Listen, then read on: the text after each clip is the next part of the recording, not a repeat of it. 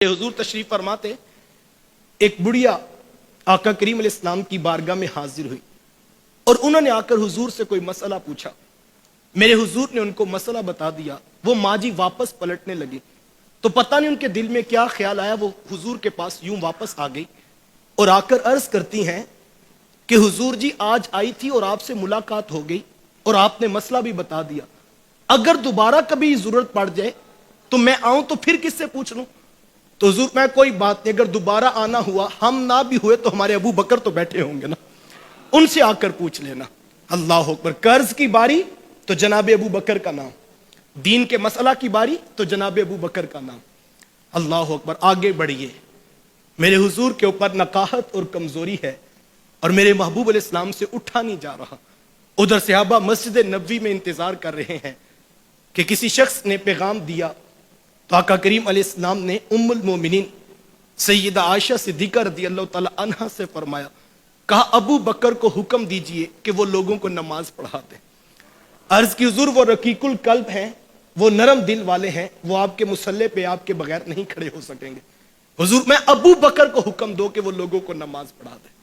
और एक मकाम पर फरमाया कि किसी कौम के लिए जायज नहीं कि उनके दरमियान में अबू बकर मौजूद हो और कोई और मुसल्ले पे खड़ा हो जाए। कर्ज की बारी तो जनाब अबू बकर का नाम, दीन के मसला की बारी तो जनाब अबू बकर का नाम, मुसल्ला इमामत की बारी तो जनाब अबू बकर का नाम। इससे आगे की बात सुनिए। मेरे हुजूर तशरीफ फरमाते, सहाबा बैठे थे और मजलिस का अंदाज ये बताया जाता है कि जब हुजूर जलवा फिरास होते तो मेरे हुजूर की दाएं जानिब जनाब अबू बकर बैठे होते और बाएं जानिब हजरत उमर रदियल्लाहु ताला अन्हुमा बैठे होते। ये मजलिस का अंदाज बताया जाता है।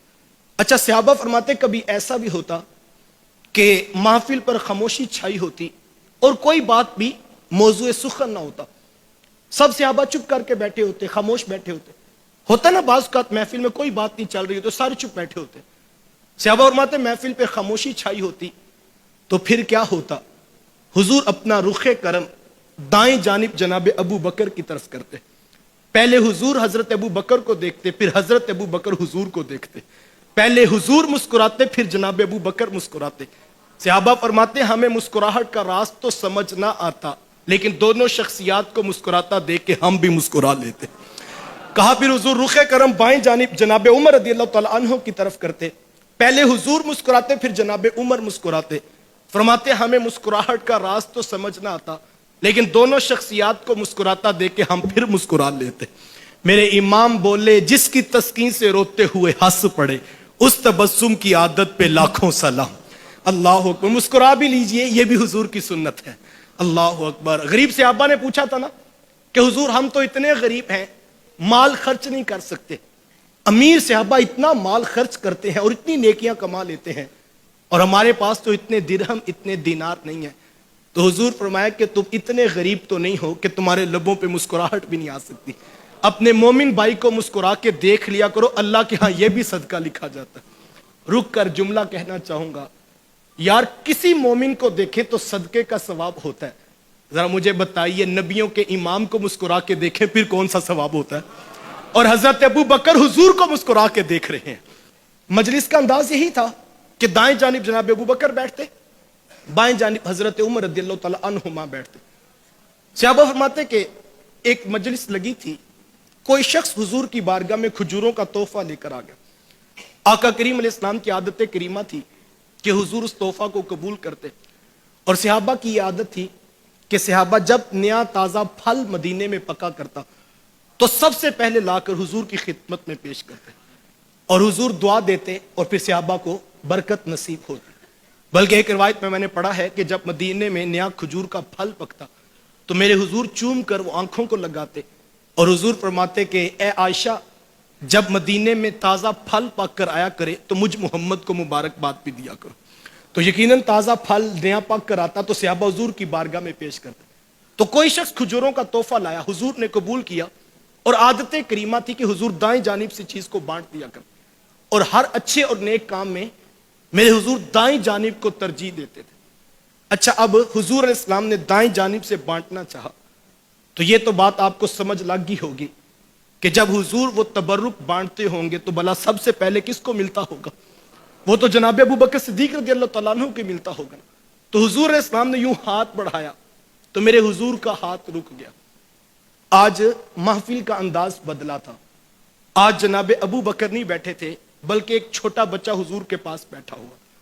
یہاں سے یہ بات بھی سمجھ آئی کہ مجلس رسول میں کوئی فکسیشن نہیں تھی کہ یہاں جناب ابو بکر نے بیٹھنا اور کوئی بیٹھ نہیں سکتا. یہ تو ہمارے سٹیج کا حال ہوا نا, یہاں ایم پی اے بیٹھے گا, یہاں ایم این اے بیٹھے گا, اور یہاں جس کی جیب میں نئے نوٹ زیادہ وہ بیٹھے گا. یہ ہم نے تقسیم کی ہے. لیکن حضور کی مجلس, اللہ اکبر, ذرا ایک لمحے کے لیے سوچئے کہ امام الانبیاء کی محفل ہو اور ایک چھوٹا بچہ میرے حضور کے ساتھ جڑ کے دائیں پہلو میں بیٹھ جائے تو کوئی اس کو اٹھاتا نہیں کہ تم یہاں پر کیوں بیٹھے ہوئے. تو آقا کریم علیہ السلام نے یوں ہاتھ بڑھایا تو میرے حضور کا ہاتھ رک گیا. چونکہ آج جناب ابو بکر نہیں بیٹھے تھے بلکہ ایک چھوٹا بچہ بیٹھا ہوا. تو حضور اس بچے کی طرف مخاطب ہوئے اور آقا کریم علیہ السلام نے اس کو مخاطب کر کے کہا, بیٹا حق تو آپ کا ہی بنتا ہے, کیونکہ محفل کا اصول ضابطہ یہی ہے کہ جو دائیں جانی بیٹھا ہوگا پہلے تبرک اسی کو ملے گا. تو بیٹا حق تو آپ کا ہی بنتا ہے, لیکن اگر آپ اجازت دیں تو میں ابو بکر کو نہ دے دوں.